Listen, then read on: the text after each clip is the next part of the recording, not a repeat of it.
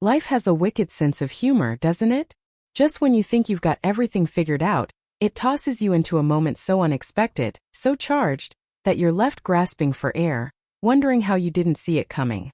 That's what happened to me on a Saturday afternoon in March, a day that started with nachos and basketball and ended with me alone in a room with my husband's friend, a man I thought I knew until he turned the quiet into something electric. It was the kind of curveball that sneaks up on you, subtle at first, then overwhelming, and by the time it was over I was a different person, shaken, sure, but sharper for it. Picture this. A crisp spring day, the kind where the sun's warm but the breeze still nips at your skin. My husband, Tom, had rallied his crew for a game day at our place. A little two-story house on a cul-de-sac, with peeling shutters and a backyard that's more weeds than grass. We'd been there 5 years, married just as long, and I'd grown used to these gatherings, the way they turned our home into a noisy, messy hub of laughter and beer bottles. The lineup was predictable.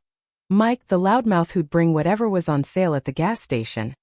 Dave, the stats nerd who'd bore you to death about shooting percentages. And Ryan, Tom's college buddy, the one who always seemed to float above the chaos with a grin that hinted at secrets.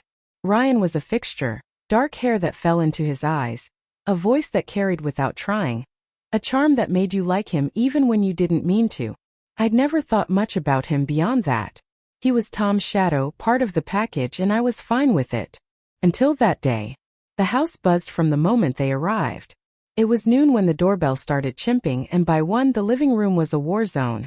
Couch cushions askew, the TV blaring pregame hype, the air thick with the smell of melted cheese and hot sauce. I'd been up since 8, prepping like it was my job.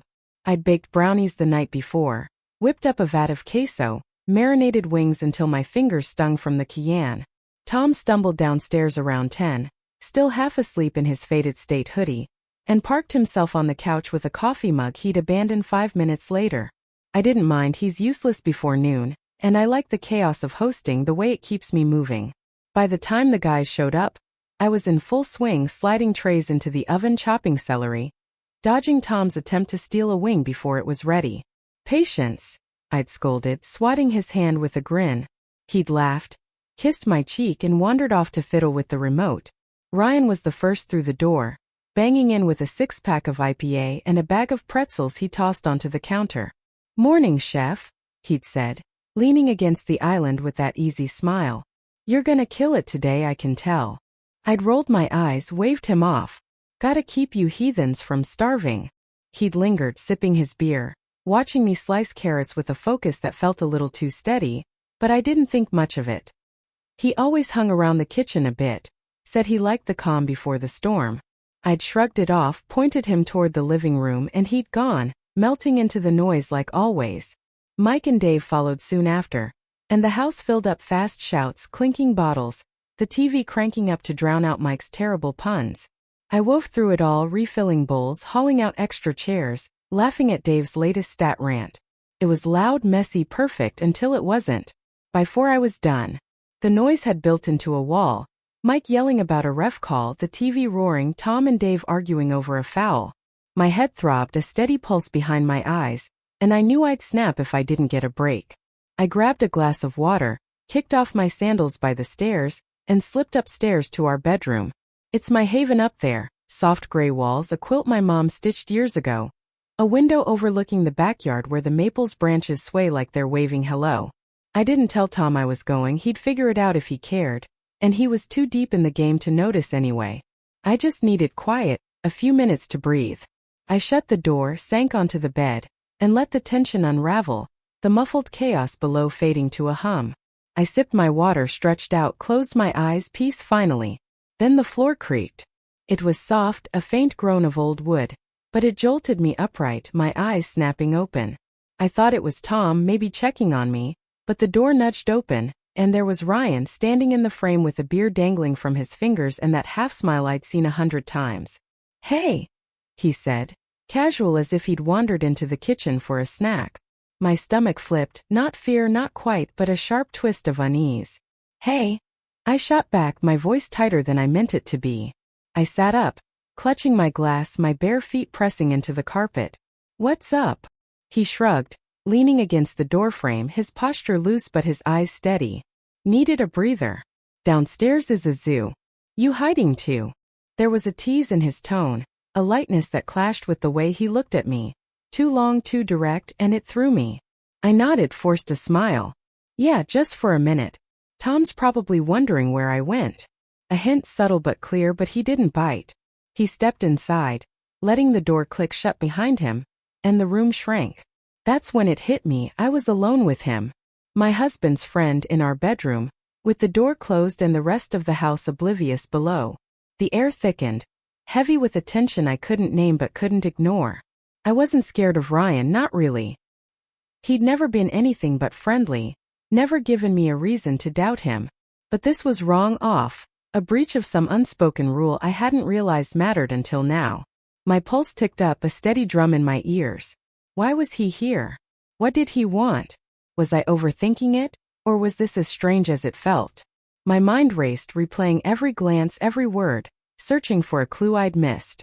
Tom was downstairs, surrounded by his buddies, and here I was, trapped in a moment I hadn't asked for, wondering how to get out without making it worse.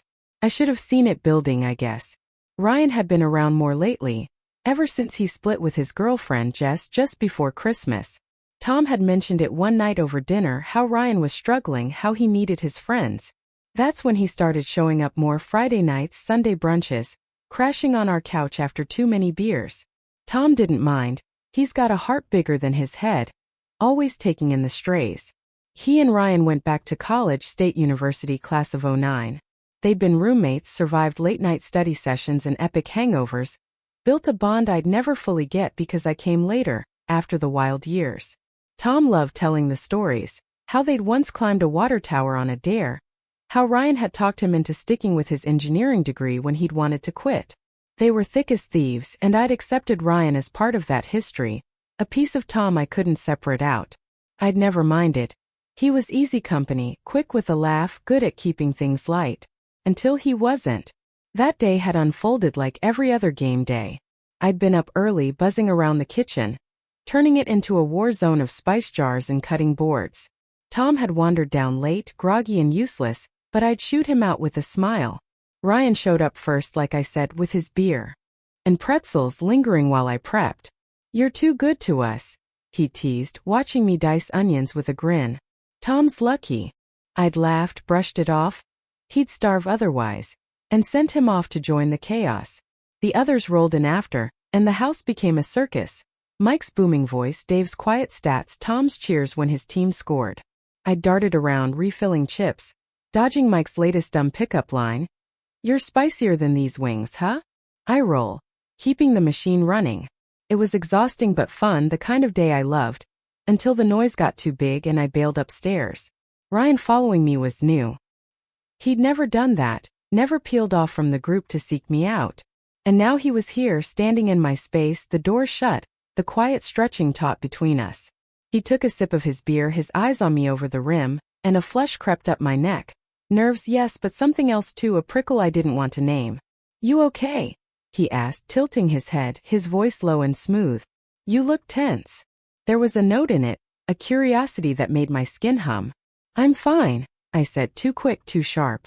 "Just needed a break." "You should go back. Tom will miss you." Firmer this time, but he chuckled, a sound that rolled over me like a wave.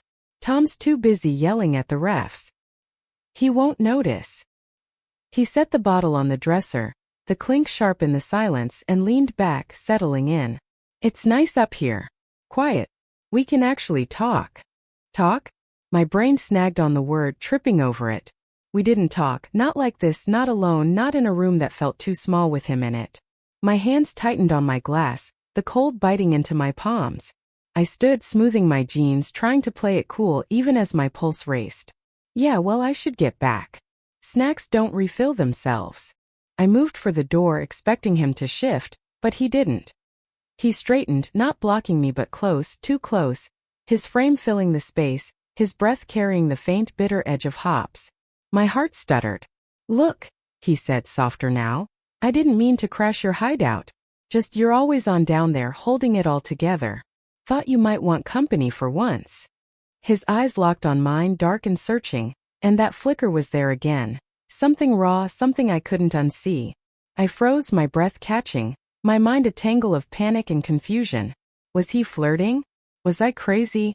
My husband's friend inches away, saying things that felt too heavy, too intimate. I should have laughed, pushed past, ended it. But I didn't. I stood there, pinned by his gaze, by the heat radiating off him, and then it happened, the moment that broke everything open.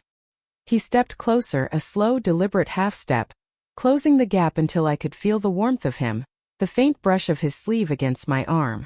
His voice dropped, a whisper that sent a shiver down my spine. "You ever wonder?"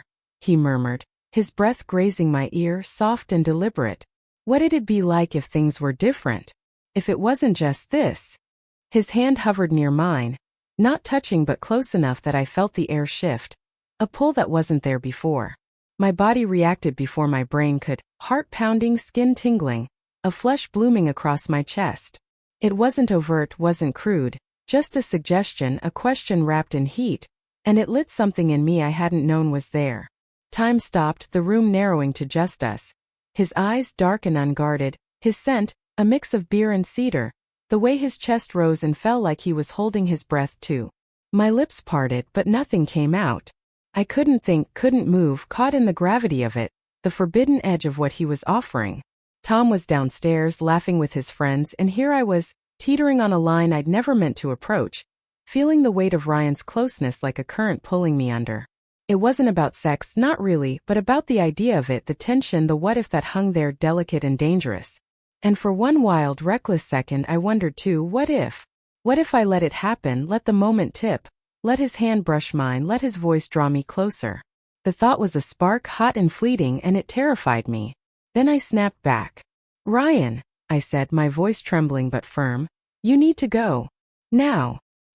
He blinked, the spell breaking, and the heat in his eyes dimmed. "Yeah," he muttered, stepping back, rubbing his neck like he'd just woken up. "Yeah, sorry. I forget it." He turned, yanked the door open, and was gone, his footsteps fading into the roar below. I sank onto the bed, my legs shaking, my breath ragged. What had just happened? That wasn't a misstep. That was a move, a deliberate push, and I'd felt it, responded to it, if only for a heartbeat. Downstairs the game raged on, oblivious, but up here everything had shifted, a crack I couldn't unfeel. I stayed there a while, replaying it, dissecting every second. The way he'd looked at me, the way his voice had dipped, the way my body had betrayed me with that flush, that shiver. I hadn't wanted it, not really, but it had happened and I couldn't deny the pull, brief as it was. I went back down eventually, plastered on a smile, powered through the night. Ryan avoided me, stuck to Tom, left early with some excuse. Tom didn't notice, he was too buzzed, too happy. I didn't tell him. How could I? Your friend almost crossed a line, and I almost let him? It was too big, too messy, and I'd stopped it. That had to be enough. The weeks after were quiet. Ryan faded out, fewer visits, vague texts to Tom, no push to come back. I didn't ask, didn't want to know.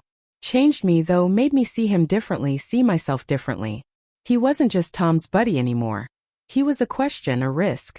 And I wasn't as steady as I'd thought. There'd been a crack, a moment I'd wavered, and that scared me more than he did. It pulled me closer to Tom too. His solidity, his predictability, an anchor I hadn't known I needed until it almost slipped. I dodged something that day, something that could have burned everything down, and the relief was a quiet, steady thing. What did I learn? Trust your gut, it knows before you do. And don't think you're immune to the unexpected, because no one is. Ryan was a lesson, a mirror, a near miss I'd carry forever. I don't know what drove him, loneliness, impulse, something deeper. But I'm glad I didn't find out. Life's complicated enough without stepping into that fire. So that's my tale. What about you? Ever had a moment that shook you? Something you didn't see until it was too close? Share it below, I'd love to hear. And if this hooked you, check out my other stories, plenty more where this came from. Thanks for sticking with me.